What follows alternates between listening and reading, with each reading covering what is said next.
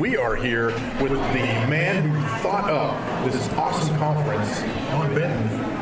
Welcome to the show. Thank you, guys. I appreciate you guys for coming out. I mean, getting the word out as much as we can, and through a venue like this, there's nothing I could do any better than this than having EduTech guys here. So thank you, guys. You're too kind. I know, and seriously, I mean, it's awesome that you really that you reached out and are giving us the opportunity to help you with that. Well, I think what you guys are doing for the state of Arkansas and even surrounding states, as you've discovered by broadcasting this out there, is just getting the word out about what's going on in EdTech, whether it be in Arkansas or anywhere. This is the way to do it, and using technology tools to do it, and this rocks. This is the cool part about this is that if we can reach one teacher, absolutely, that's all that matters. Or one kid, for that matter. Yeah. But the cool part, tomorrow we're doing a session for you, PBL on the air, classroom podcast. Absolutely, we're excited about it. And the more avenues we create for our kids and for our teachers, man, the better this whole system gets for everybody. Tying it into what Brad was talking about this morning in the keynote, this is one of those things that can get kids real excited about creating student voice. Yes, and so for me, it's not just getting the kids excited, but some of our teachers, they're in that rut. Let's get them out of the rut and let's make them excited about teaching and learning again. And so if we can get that teacher or that kid or that parent or whoever it may be excited about education, whether it be with technology or any other creative practices, let's do whatever we can to get out there. I was talking to a band director last night, and I said, he knows a lot of the old guys. You do too. Earl Hesse and the gang from Arkadelphia.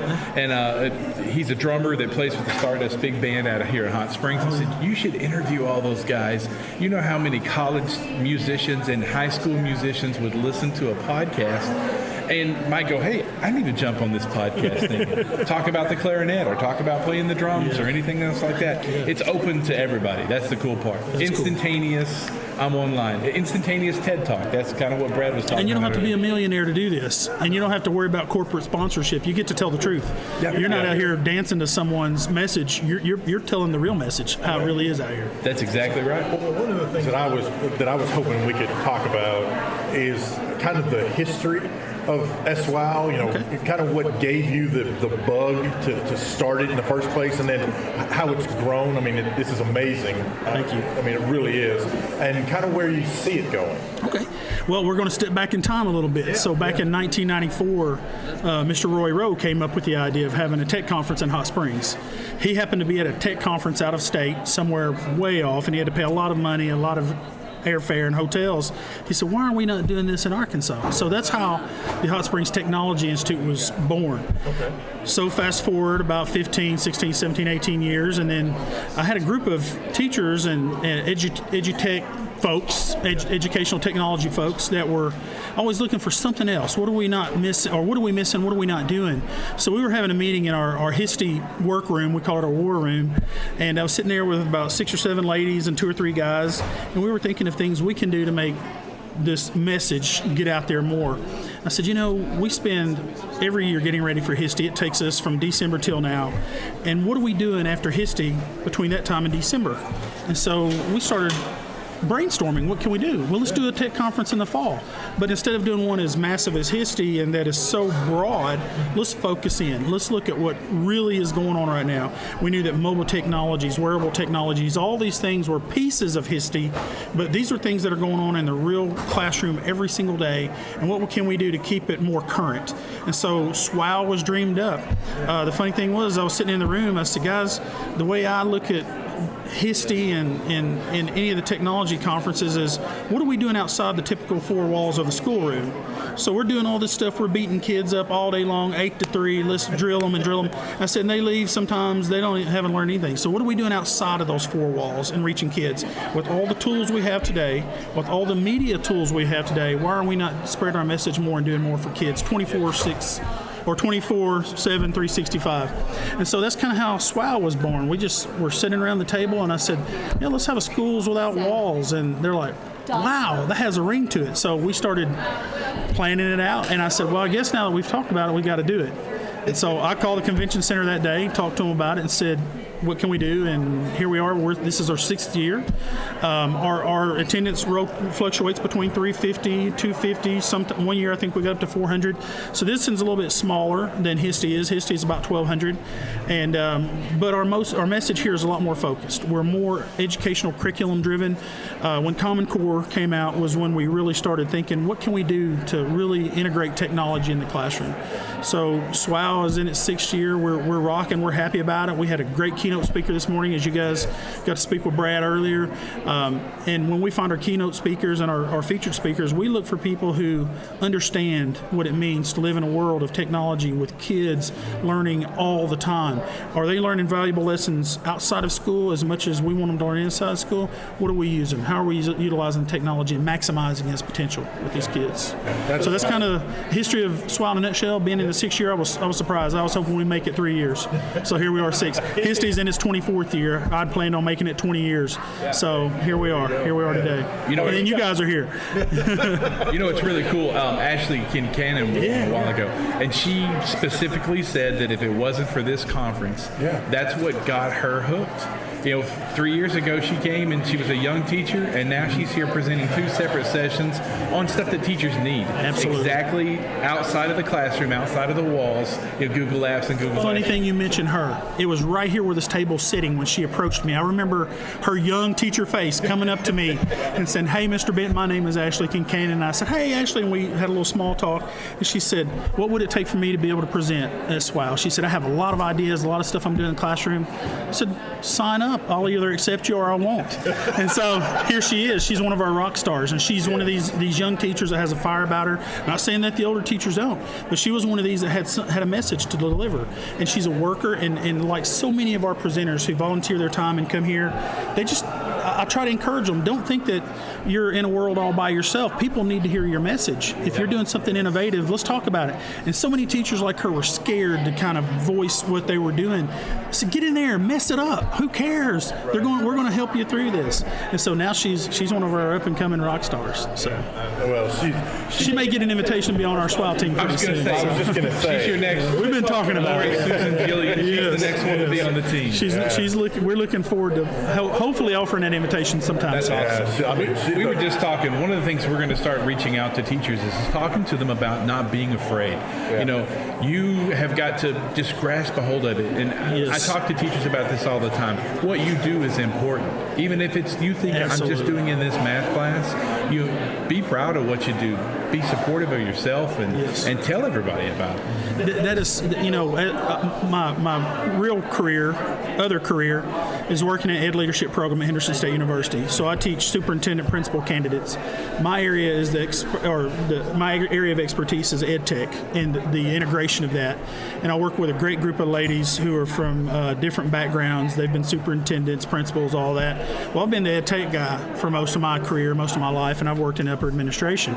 But teaching these people to not be scared to get out there and talk, because they don't realize that little message they think is so insignificant might be the key for somebody else to open the door.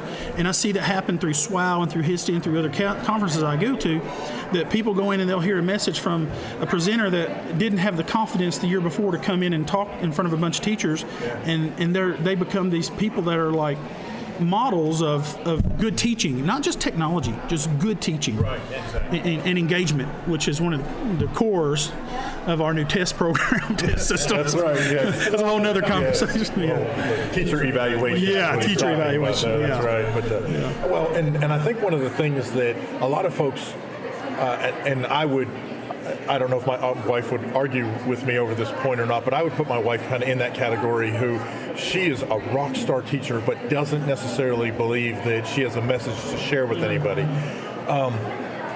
She would say, well, all I do is I take other stuff people are doing and I use it in my classroom. I say, and that's one of the things that I would say to her and any educator who doesn't think they quote unquote do anything. Here's the thing about that though.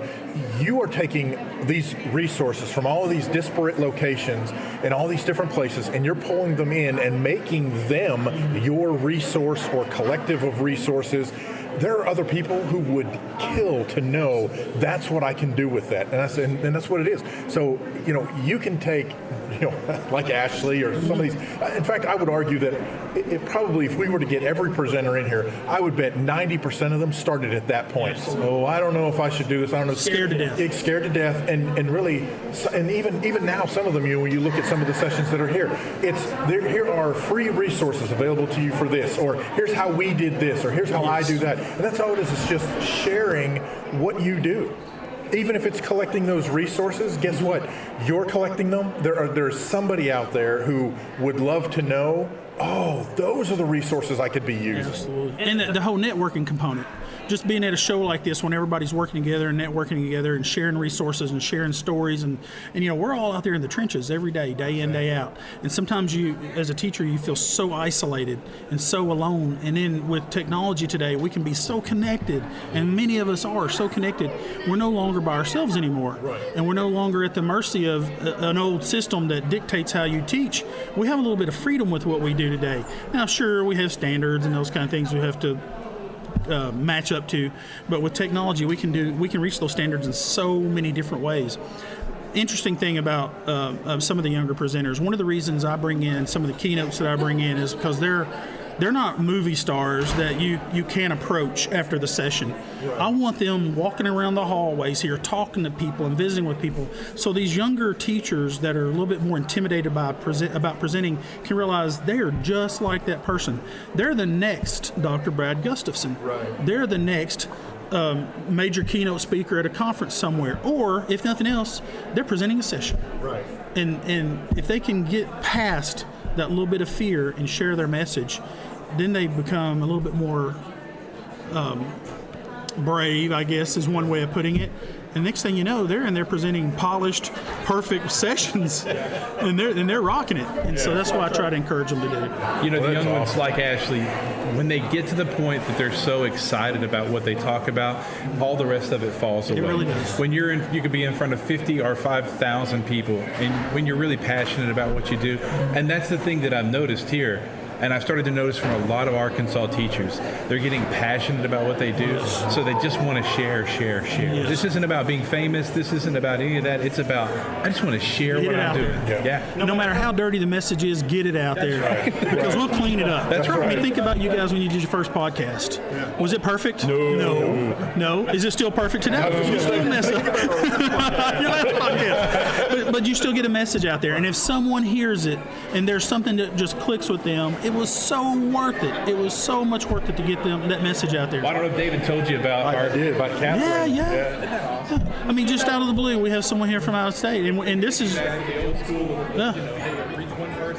You never know. You never know who you're going to reach. First time we had Johnny Key come to HISTE was a couple of years ago. And I remember inviting him and thinking, man, I hope he's not just here for some kind of political agenda or something like that. And he was not. He came and represented Arkansas Department of Education. He delivered a message. But after he did his message, he came to me and he said, I had no idea that we had a conference like this in Arkansas. I said, yeah, but you'd never been invited to a conference like this before, and now you're invited. You see what we do. All we want you to do is support us. Right. He said, whatever I need to do to support you, I'll support you. Well, then he came back the next year, and here we are fixing to be in our 24th year of HISTE. I know he's going to be there the next year, and hopefully we get some more folks. So hope to maybe get the governor there some year. I don't know. Work on that. I ask every year, but he's always really busy. Always busy. Yeah.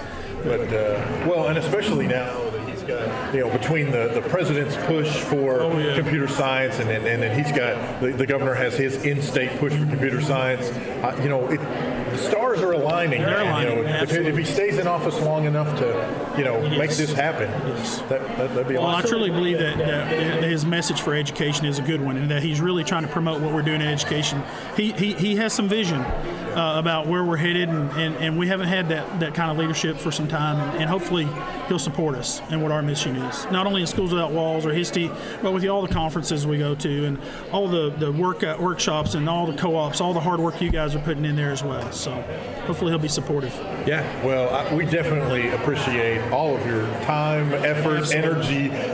I'm sure literally blood, sweat, and tears in putting on SWOW. I mean, this is one of the best conferences. It's one of the best conferences I've been to, frankly. Thank you. And especially when it's focused on Arkansas. It's focused for state educators, but as we learned this morning, it reaches so much further. So much further than that. And Well, it's one of the best awesome. messages I give to potential partners, and we don't call our exhibitors vendors, we call them partners because they dedicate time and money and effort to be where this is that if you come to HISTE or SWOW, it's like going to a family reunion or a picnic with your people that you talk to on the phone all year and you never see.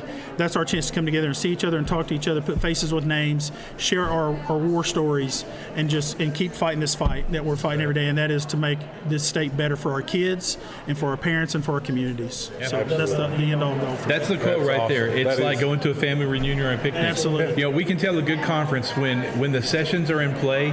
There's nothing happening out here. That's It's like a ghost town out here. That's It the really good is. thing. So I walk and peek in the doors, and I have to be careful not to get hit in the face, but I love to see when they're standing room only in the sessions. Yeah, we like that. I mean, we're sitting here kind of by ourselves, but hey, the sessions are full. Yeah. And it's a lot of fun when you get to come in here and you see all these people who are smiling and they come out and they say, man, that was the best session I've ever been to. And I hear that every single year. They'll go to a session, it'll be the same person say, oh my, I thought last year was the best session. This was the best session. That means that we're stepping up our game every year. And we're not giving the same old stale, stagnant workshops year after year after year. We're changing and we're rolling and we're moving just like the tides are.